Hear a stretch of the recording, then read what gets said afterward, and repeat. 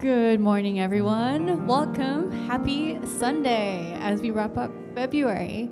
For those who are new here, my name is Christine Araoka, and welcome.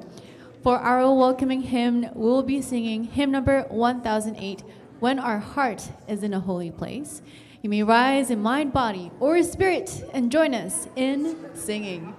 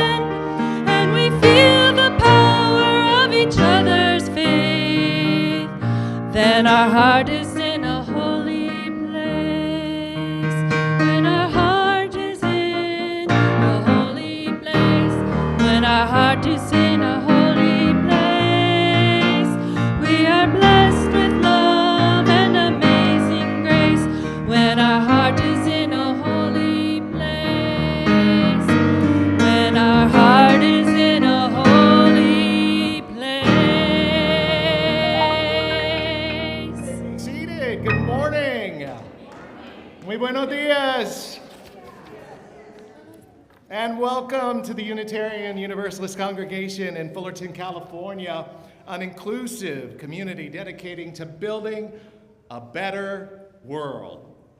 Whoever you are, however you identify, whoever you love, we are glad you are here. And not only is this a holy and sacred place, but when a place is holy and sacred, that means that everyone feels safe. That deserves an amen. There we go. UUCF acknowledges that this land is situated in the original ancestral homelands of the Tongva, the Ahachiman, and the Kizh peoples. May we have the humility and courage to help restore what has been broken and the wisdom to live into a new solidarity with indigenous communities and the earth. If you are joining us for the first time, we are so glad that you are here. Today is going to be a busy day with a lot of exciting and important things going on. Today is our Loving Our Immigrant Neighbors panel discussion with a fundraising taco lunch. We hope you will stay for that. If you would like to watch on Zoom and need to go home, register using the QR code. I think we're going to put it up on the screen. Leave that up so people can get the QR code if they would like to. The Zoom room is going to be password protected. So you need to get that QR code. And then afterwards, we will have the whole panel discussion on our YouTube channel if you would like to go back and watch it and get that information or pass along that important information to others. You've been asking, how can we do more? How can we learn more? and how can we do something to help our immigrant neighbors? Well, today is the day that we do that, and special thanks to Debbie Langenbacher, our head of social action, and for putting this amazing event together.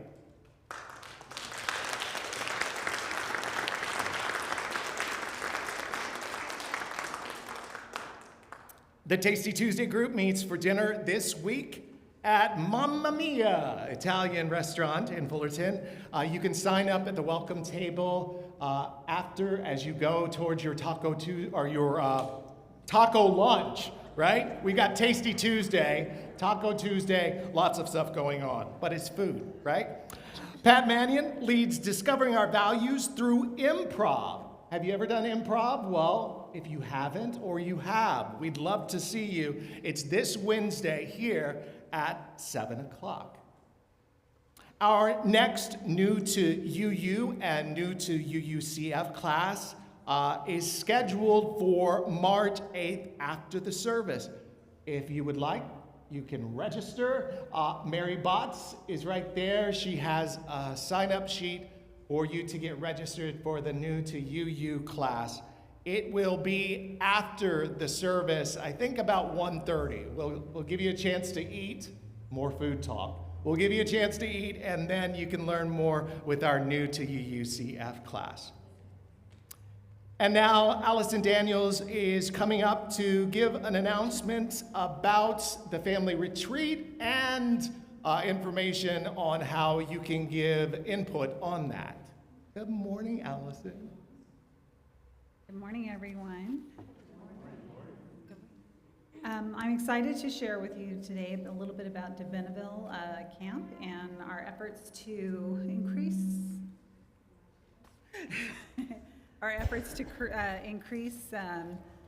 opportunities for people to join us. So I'm going to just read this announcement to you.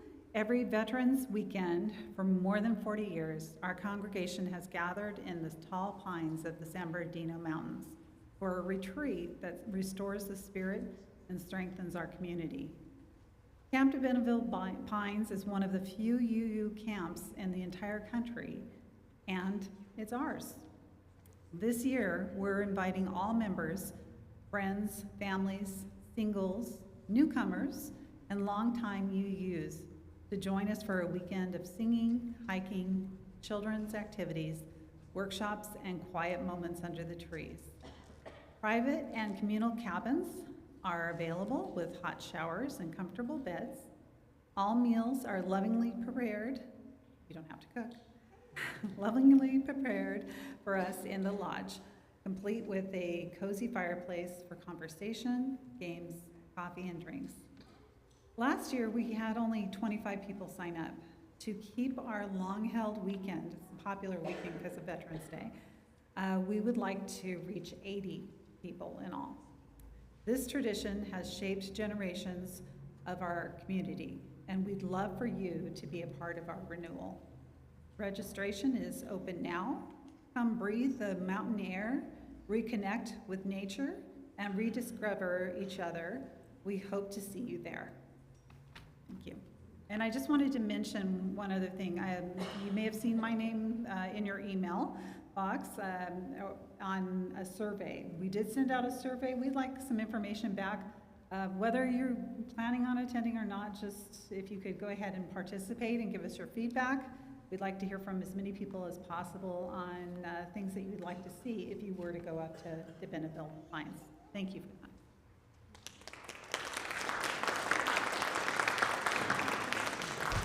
Veterans Weekend 2026, mark your calendars. It's not just camping, it's glamping with hot showers, which means I'll go. Our caring listener this week is Kyra Keener. Kyra will be here after the service. If you just need a kind listening ear that is not going to be judgmental and will just be with you, and listen to you and trust that it is confidential. So you can meet Kyra after the service if you would like to talk. We'll be sharing our joys and sorrows a little bit later in the service, If you are on Zoom or on Facebook, we're so glad that you're with us. If you could get those into us as soon as possible so that we can read those and lift you up. If you're in the sanctuary, the pink slips are in the back. You can fill those out, get those filled out as soon as possible as well, so that we can include you. And now, 1 to 2 minutes for you to say hello to your neighbor before we start worship.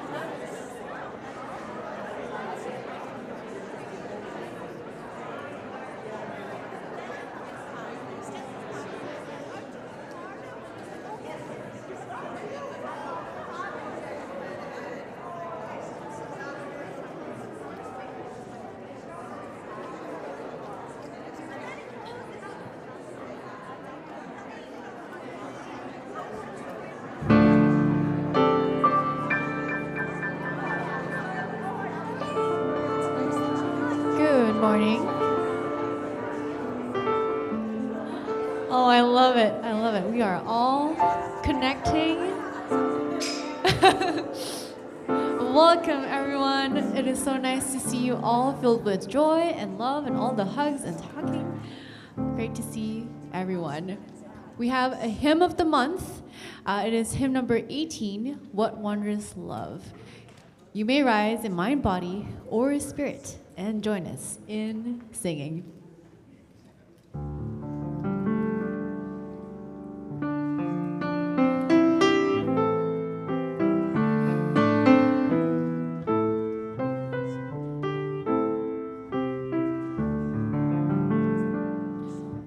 What wondrous love is this, oh my soul, oh my soul. What wondrous love is this, oh my soul.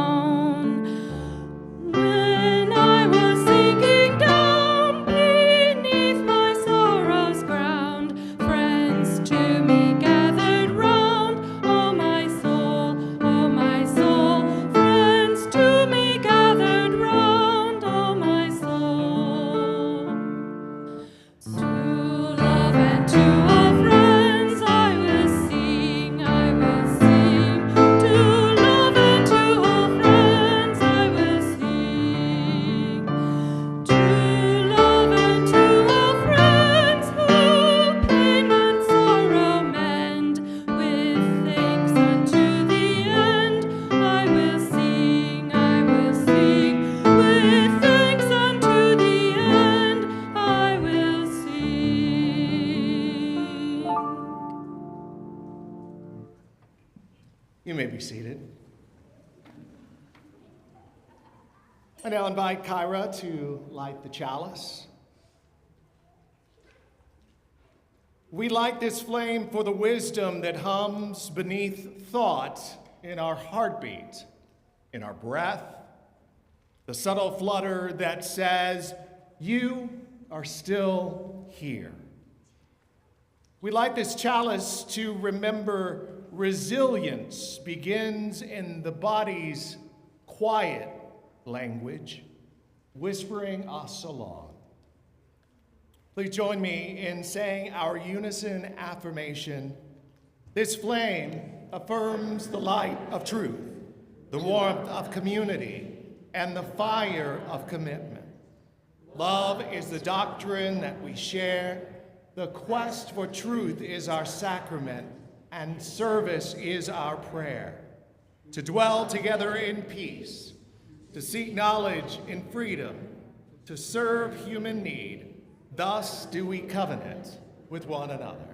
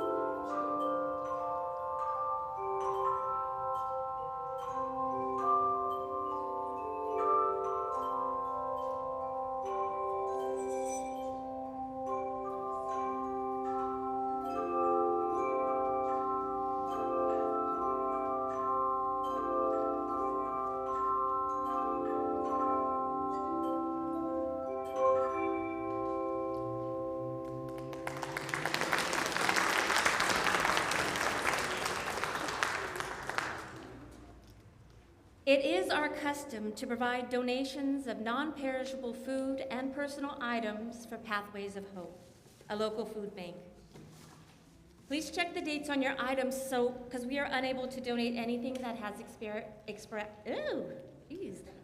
dates.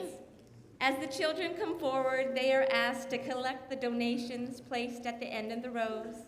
And now the children are invited to come forward for a time for all ages.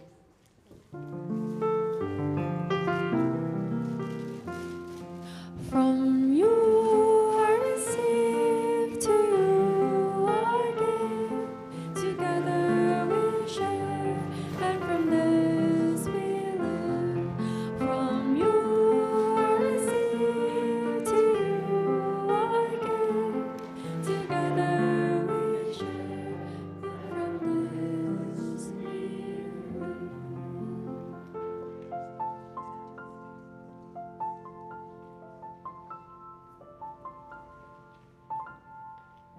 Hello, all right.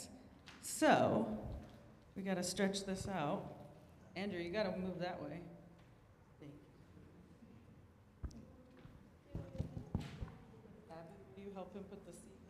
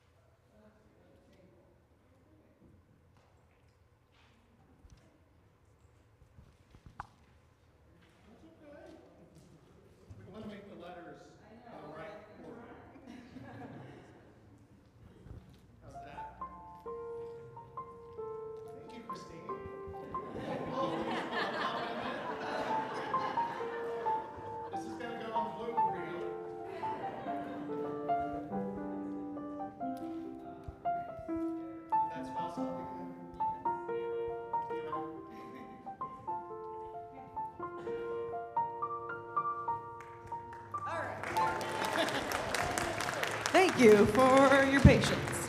Okay, so this is our community banner, and it represents all of us. We made it last week with our kiddos in our religious exploration class, and as you can see, every letter's different, every handprint's different, different sizes, different colors, different messages, different shapes, and that represents how the beauty of this place, the beauty of all these people is because we're all different, but that we come together willingly to share our time, our talents, our resources to lift each other up. And so our friends here are gonna hang up some more hands of the grown-ups in our community as well. Come on up. And you guys can hang some up. Yep, you can hang some up too. And we can read some of the messages that you all have left and some of the kids have left that explain why they love our UUCF community. Someone wrote that they love our community peace, that we're beautifully welcoming and loving. They love that we're all are welcome, hugs, quiet together. Oh, you okay? But they love seeing people in RE and their teachers. Let's see. The light shines brightest in the dark. Yeah, you can put it up there. That there's peace here, that it feels like home, that there's quiet together. What does that one say, Abby? Community brings us together. Hold it strong, guys. I love opportunities to help others.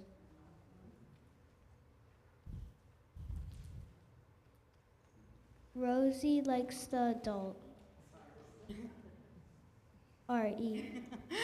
All right, so we are going to hang this up in the Chapman Lounge later. And so if you want to add your handprint to our community banner, feel free, and just know that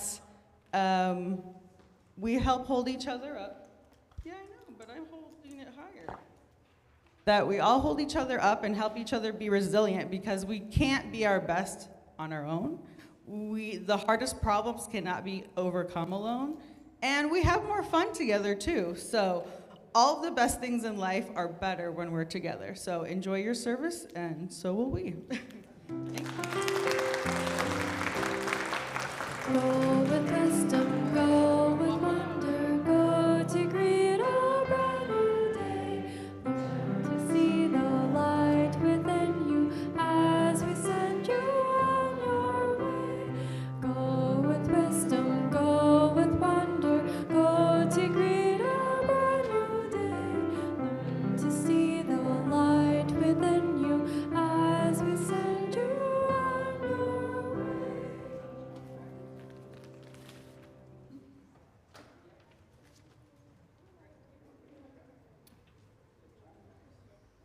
It is now time for our joys and our sorrows and our concerns. You all can come on up. First of all, a concern for Jennifer Myers. We learned that Jennifer was hit by a car on Wednesday evening last week while out for a walk. She was wearing a bright yellow coat with reflective strips on it. She doesn't remember being hit, just that she was walking, and the next thing she knew, she was in the emergency room. She was discharged Saturday after having extensive surgery on her wrist. This will most likely take 4 months to heal completely. She is in good spirits and doing well. Our caring committee has been sending cards, and she wants to thank everybody for the cards, the calls, the meal train. She is so appreciative of her UUCF family. And so we send our best to Jennifer during her time of healing. Also want to lift up my husband Michael, who just had torn meniscus surgery on Wednesday. He is doing well and watching from home, so we send him our love and light as Reverend Nurse Rob tries to handle things the best he knows how. We're ordering in. I'm not cooking. We want him to stay alive. Now, another sorrow and an anniversary that we would like to let you know about from some people that are coming more and more to UUCF, and we have been supporting them through some difficult times with what we're dealing with during this very difficult time in our country.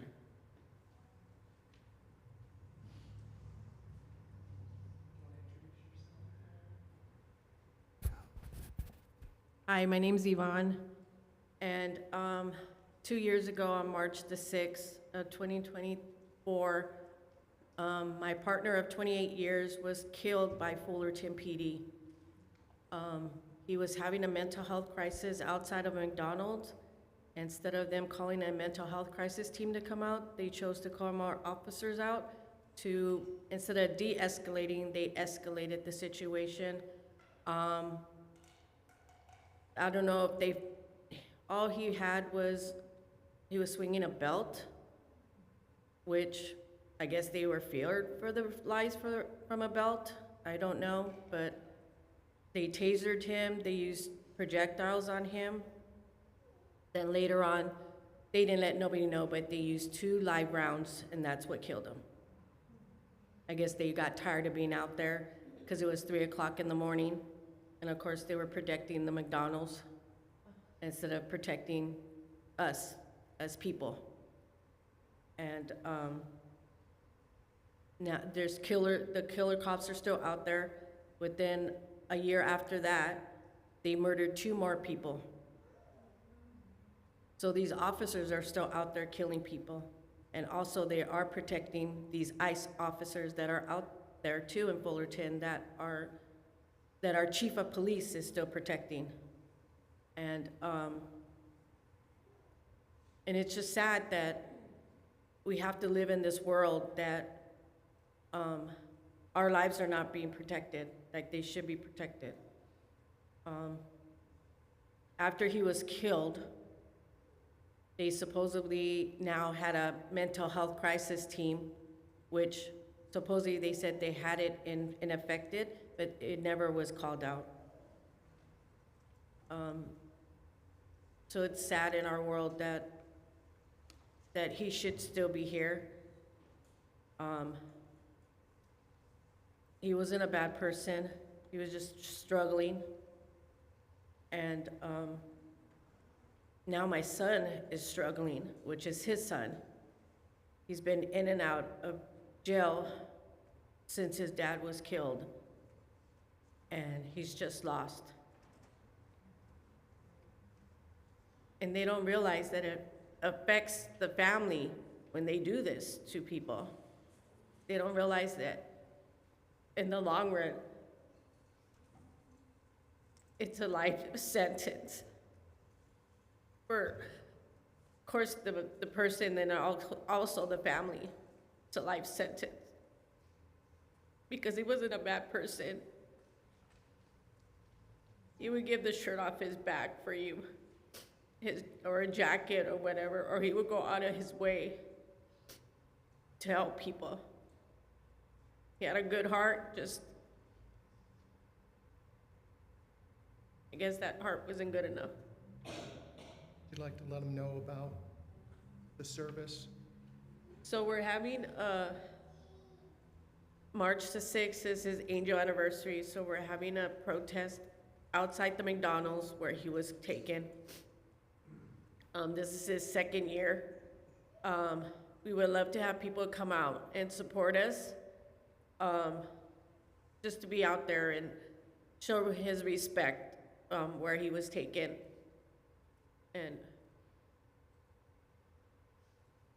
it'll be at 4 o'clock.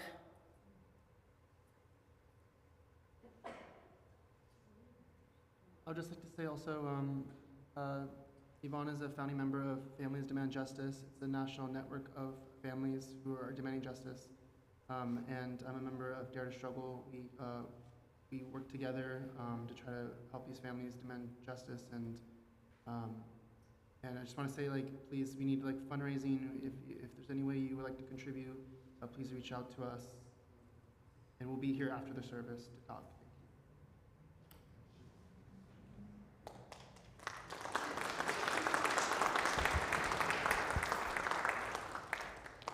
We're so glad that you are with us and that you find support from Unitarian Universalist congregation in Fullerton.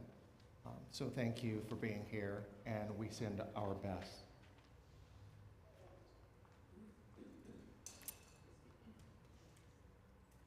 A concerned Mel Thompson, a longtime family friend, has been admitted to the hospital. Our heart goes out to his wife, Marilyn. From Connor Atwood, a joy for the brave students who have protested and walked out against ICE this past week. Dozens of these students in Southern California across the country have formed the new organization, No Tenemos Miedo. We have no fear, to help organize young people in the fight for immigrants.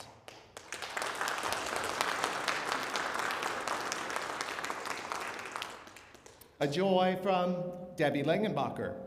A huge thank you to everyone who has helped out with our Loving Our Immigrant Neighbors panel. We are living our mission of serving human need, and service is our prayer.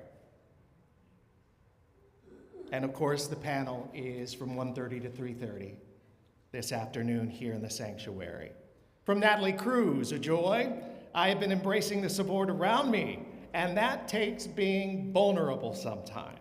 I am learning to become comfortable with my discomfort and letting go of the idea that I need to know everything and do it all on my own. We're glad you're not doing it on your own, Natalie, and we're glad you're here. And Ed Jabaron says, Gung Hai Bat Choi, Happy New Year of the Horse. I am a horse, of course. Are you making me say this? I am a horse, of course, and my name is Mr. Ed.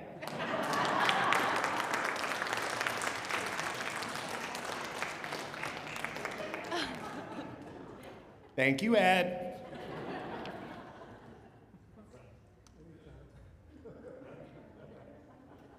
We give thanks for a community where we can cry together, where we can be angry together, where we can plan together, and most of all, where we can love together and love one another. That is what it is all about. And now we light one more candle.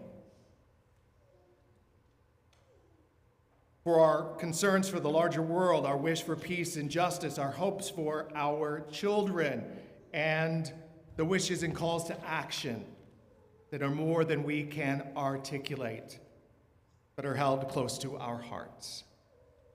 Join me in saying our unison affirmation on the screen. We join you in celebrating your joys.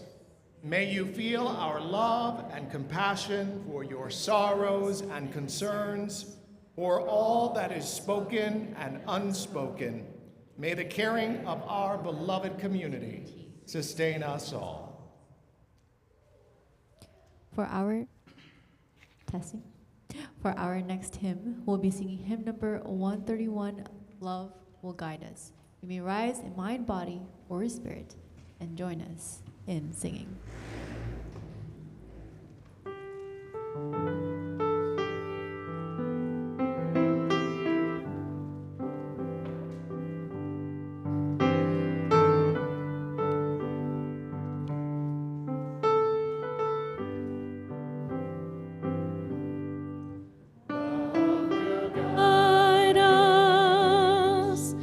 Peace has tried us, hope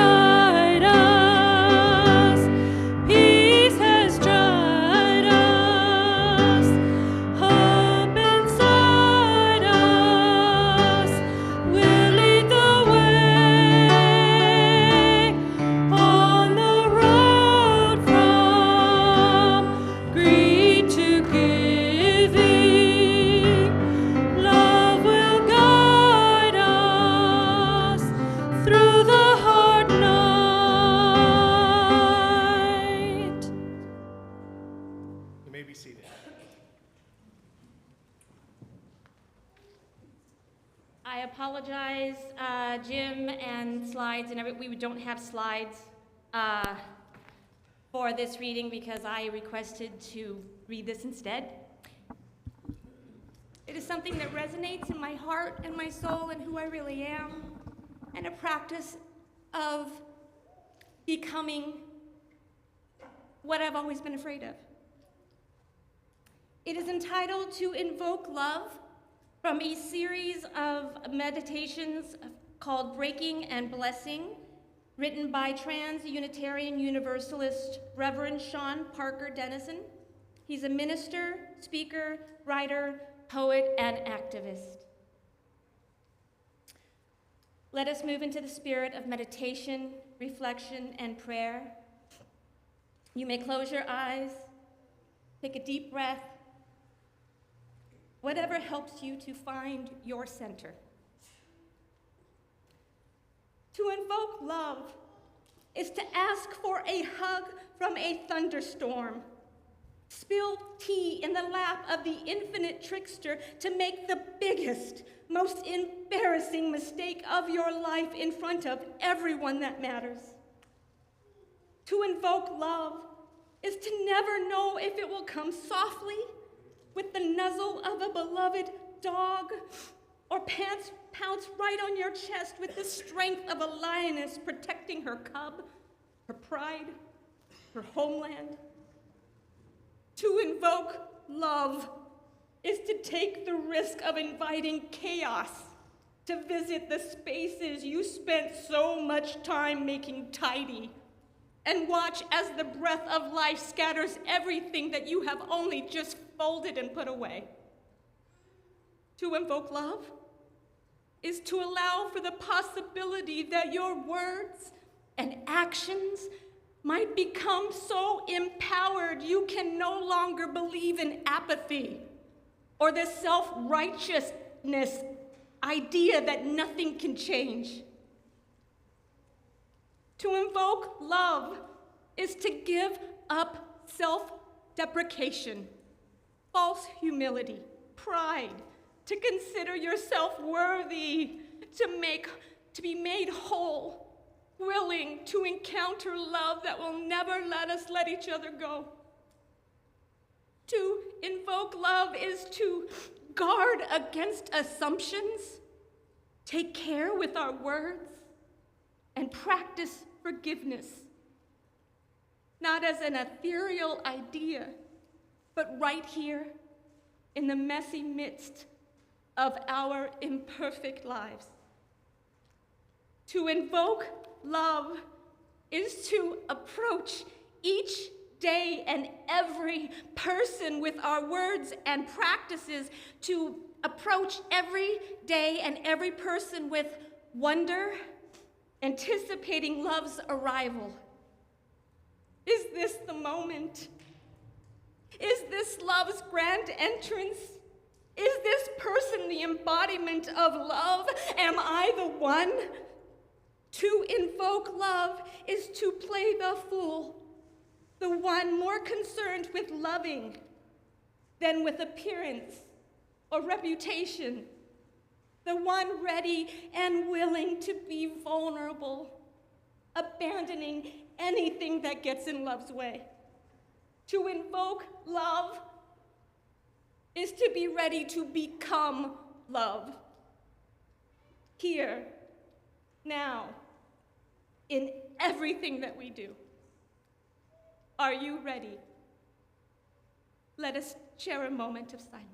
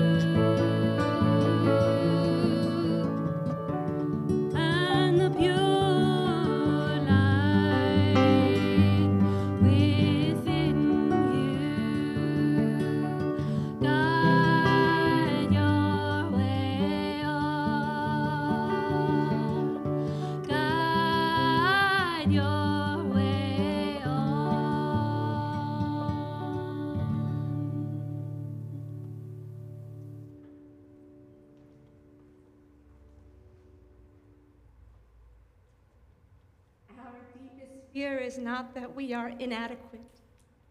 Our deepest fear is that we are powerful beyond measure.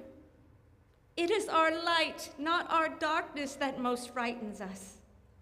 We ask ourselves, who am I to be brilliant, gorgeous, talented, fabulous? Actually, who are you not to be? We are all children of the universe. Your playing small does not serve the world. There's nothing enlightened about shrinking so that other people won't feel insecure around you. We are all meant to shine, as children do. We were born to make manifest the spirit that is within us. It is not just in some of us, it is in everyone. And as we let our own light shine, we unconsciously give other people permission to do the same. As we are liberated from our own fear, our presence automatically liberates others.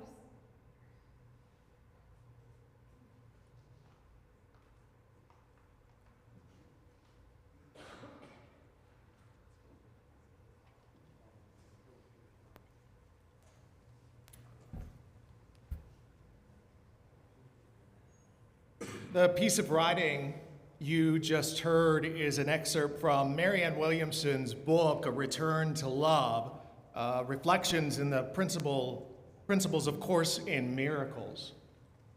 If you ask me what one of my top 3 books is in my life, this is one of them.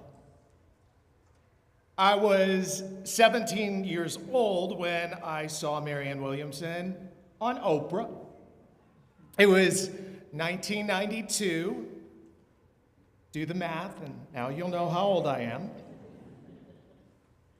And I remember her reading that paragraph aloud. And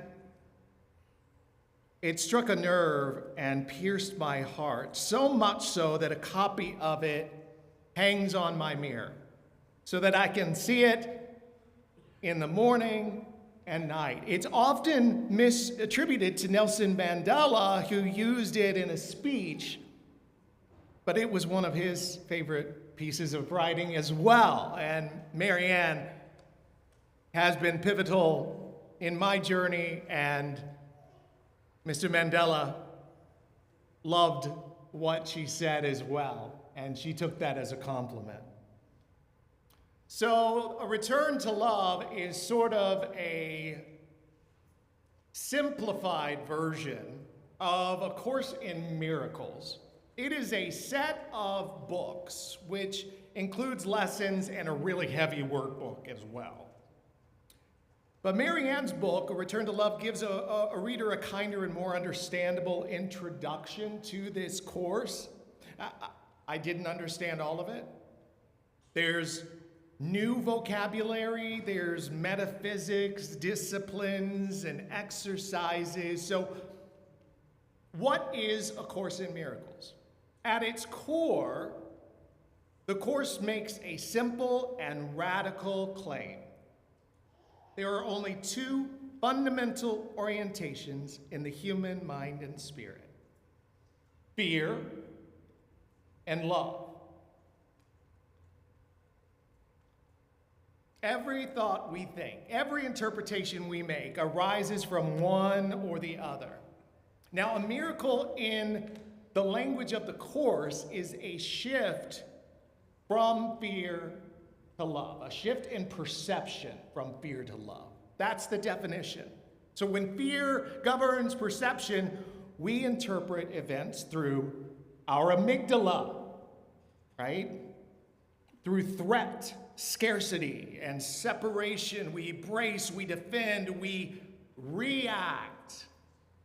When love governs our perception, we interpret events through dignity, connection, possibility, grace, mercy, and forgiveness.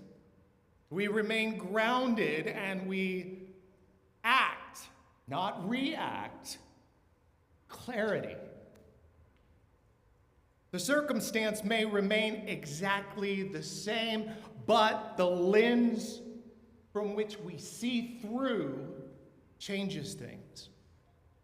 So say we're about to send a cutting email or a text. The Course invites us to pause, breathe, and ask ourselves, what response aligns with our deepest values rather than a bruised ego? You may have heard count to 10 before you do anything. Same exact thing. So, we rewrite the email through that lens, and that shift is the miracle. You feel defensive in a tense conversation. Instead of escalating it, you listen and breathe. You stay present long enough to see the other person's humanity. That shift is the miracle. The Course insists that perception shapes our experience. If we can change our perception, we can change the world we inhabit. And that is a disciplined, spiritual kind of psychology. The things that you're hearing in the Course in Miracles are based on many different philosophies. So you're going to hear terms from Christianity, Judaism, Buddhism, paganism, secular humanism as well. But the Course, the language in the Course does include Christian terms, but with different definitions. It speaks of some trigger words that some of you may find triggering. It speaks of God, Christ, salvation, and atonement. But the definitions are different from traditional doctrine. Okay, so God, for example, is described as love itself. Love itself. Christ refers to the awakened awareness within each of us, the part of the mind aligned with love rather than the ego. Salvation is freedom from fear and a return to love. Atonement is the recognition that separation is an illusion.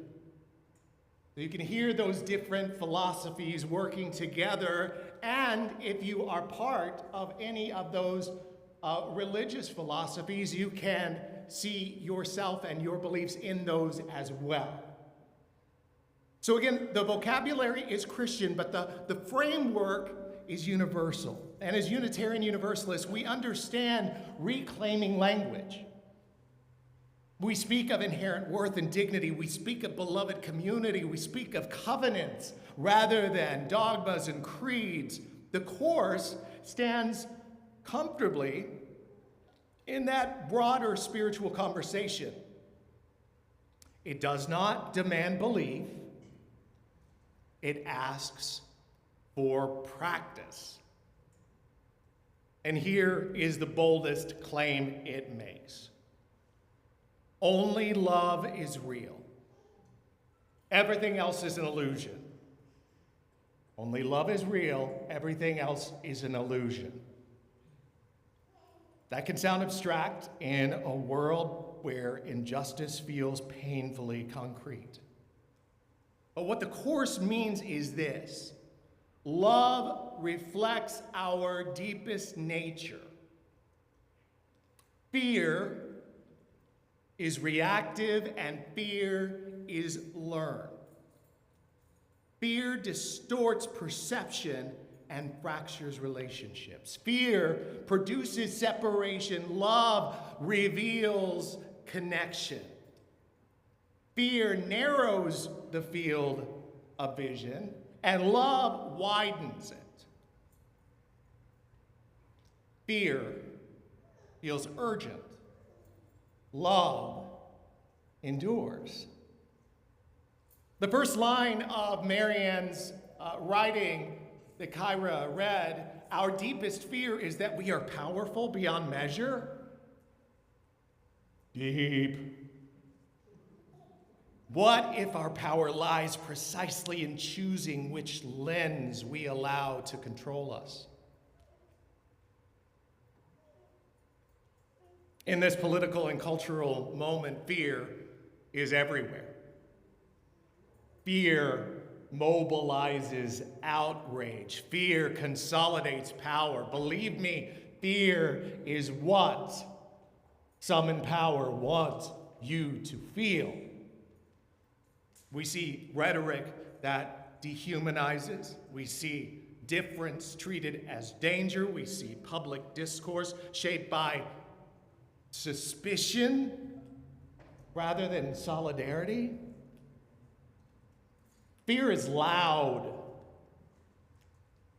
but fear cannot build beloved community.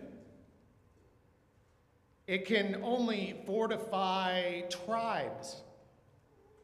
Love builds, love organizes, love protests, love protects the vulnerable without becoming what it resists. Let me say that again. Love protects the vulnerable without becoming what it resists. Love is not soft. Love is disciplined. Courage. The course is rigorous about this. It asks us to monitor our thoughts. Its daily readings and activities in the workbooks are challenging. I've started my day with some of them and looked at them and said, not today. But the idea is that we come from love, and this world teaches fear, so the process's goal is to unlearn the ways of the world and return to love. It encourages us to catch grievances early, to notice when you're tightening your chest, you're clenching your jaws, to notice those false narratives forming in your minds, and then to choose again. When the news spikes anxiety, pause or turn it off. When someone posts something that angers you, put the phone down. Ask yourself, is fear speaking or is love speaking? I'm going to read to you a little more from Marianne's book on love. She writes, love is what we are born with. Fear is what we learn. The spiritual journey is the unlearning of fear and prejudices and the acceptance of love back in our hearts. Love is the essential reality and our purpose on earth. To be consciously aware of it, to experience love in ourselves and others, is the meaning of life. Meaning does not lie in things. Meaning lies in us. Something amazing happens when we surrender and just love. We melt into another world, a realm of power already within us. The world changes when we change. The world softens when we soften. The world loves us when we choose to love the world. In the absence of love, we began slowly but surely to fall apart. Just like a sunbeam can't separate itself from the sun, and a wave can't separate itself from the ocean, we can't separate ourselves from one another. We are all part of the vast sea of love, one indivisible divine mind. So again, the world tells us you are different, you are separate, you are against one another. Where the Course and the truth tells us that we are one in spirit. So again, do we act in love or do we react in fear? Is fear our love? The reason for what decisions we make. Is it fear or is it love? That question actually has shaped my ministry more than any strategic plan ever could. Because leadership rooted in fear becomes control. Leadership rooted in love becomes an invitation. Congregation shaped by fear contract inward. Congregation shaped by love widen the circle. That doesn't mean in attendance numbers. It means spiritually. There are a lot of big churches out there. Let's review the piece of writing again. Your playing small does not serve the world. You know, fear tells us to shrink, to dim our light so no one feels uncomfortable. I say, let your light shine, and if people have a problem with it, give them sunglasses.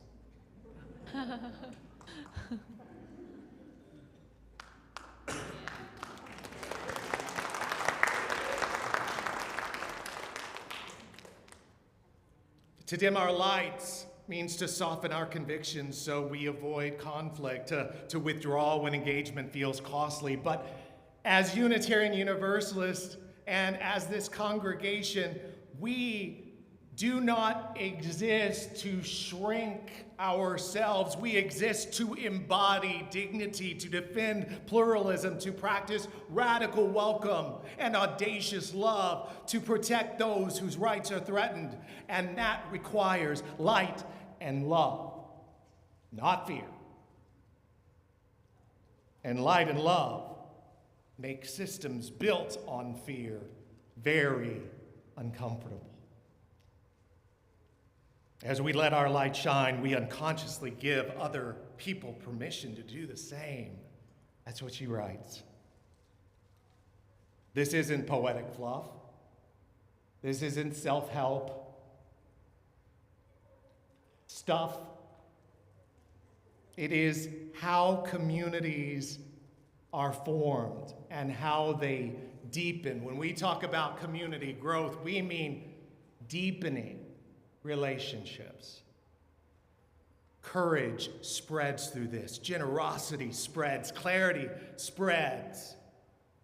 Now, of course, fear spreads too. The question is, which do we amplify as we live our lives? Back to the reading, my favorite sentence. Our deepest fear is not that we are inadequate. Our deepest fear is that we are powerful beyond measure. We sometimes fear our power because power brings responsibility. Responsibility for our tone, for our participation, for the moral climate we create in our homes, in our public lives, in our congregations. We are powerful beyond measure because we can choose. We can choose perception. We can choose love. We can practice the miracle not once, not just daily, but hourly. Another line, and as we are liberated from our own fear, our presence liberates others. This isn't magic. It is disciplined love. Love with conviction.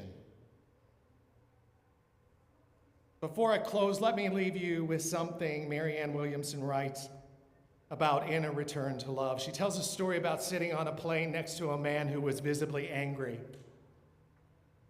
Sit yourself in that airplane seat. You've probably been there before. He had a tight jaw, sharp tone, impatient, mean to the flight attendants, the kind of energy that makes everyone around you just contract and feel uncomfortable. She writes that her first instinct was to yell at him. She was irritated, she was judgmental, defensive. And then she remembered the central practice of A Course in Miracles. Every behavior is either an expression of love or a call for love. So instead of bracing against him, she silently chose a different perception. She began to see him as someone afraid, someone carrying something heavy, someone asking poorly for someone else to care. She didn't preach to him. She didn't correct him. She didn't perform spirituality. She shifted her perception. She softened her energy. That softened energy is much stronger than hard love or hard fear. And over the course of the flight, he softened too. Not because she fixed him, because she refused to join his fear. That's a miracle. Not fireworks, not spectacle. One person saying, I'm not going to amplify your fear. Imagine what that looks like in a congregation. Imagine what that looks like at a school board meeting. Imagine what that looks like at a Thanksgiving table. Imagine what that looks like in this political moment. Our deepest fear is not that we are inadequate. What if our deepest fear is discovering how much influence we actually have? Because here is the practical truth. You can't control national politics. You can't control social media. You can't control the national economy. But you can control the tone you bring into the room and to the people around you. You can control the email you send. You can control the story you tell yourself about the person who may be acting like a fool in front of you. You can control whether you escalate fear or interrupt it with love. That is power beyond measure. And that is where a return to love leaves us. Not floating in some abstract, but grounded in daily choice, in choosing the loving interpretation, choosing the courageous response, choosing the wider lens, choosing again tomorrow when you get it wrong. This is not about perfection, it is about practice.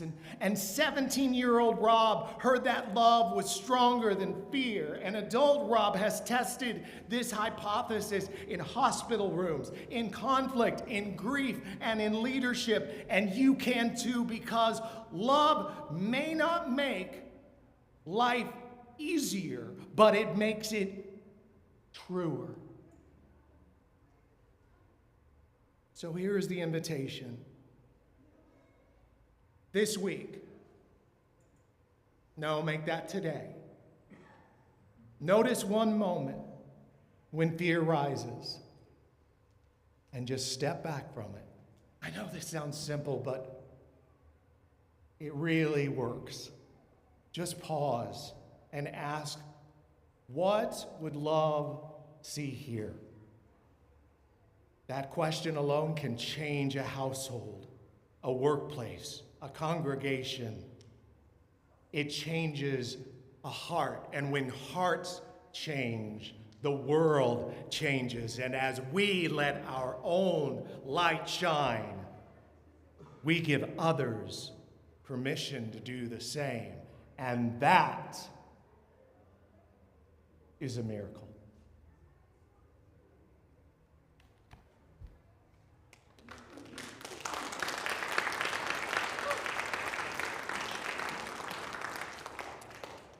At UUCF, we embrace the possibility of a world filled with peace, acceptance, love, and joy.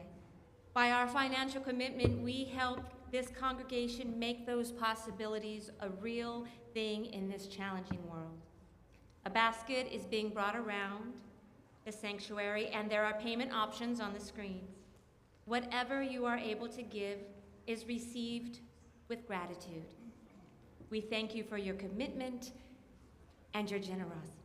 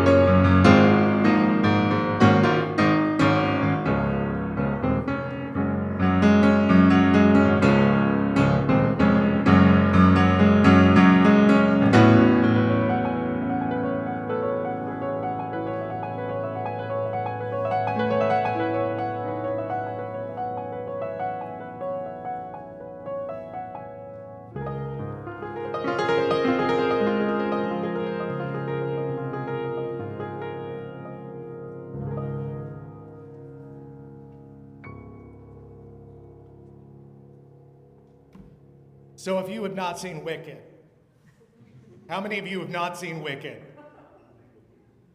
Oh, you got homework. Wicked is about fear of the other, fear of the unknown, and goodness. Well, it's not very good. The good witch, I'll spoil the plot, is very pious and loves to tell everybody how good she is, while the one that is different makes a difference through making people uncomfortable with a convicted love. Go now in peace, with love and not fear. Feel that in your heart so that you can change the hearts of others. And when we change the hearts of others, we can change the world. Now we bring up Cairo one last time.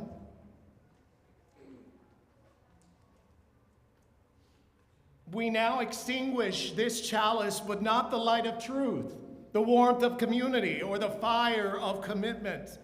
These we carry in our hearts wherever we may go. And so we say together, Amen, Shalom, Salam, Namaste, and blessed be.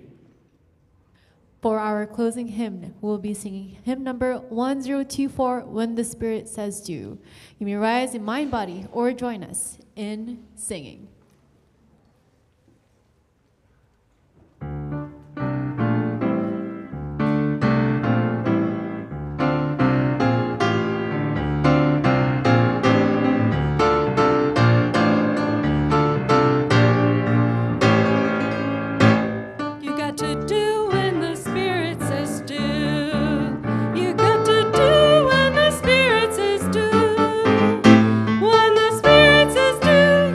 To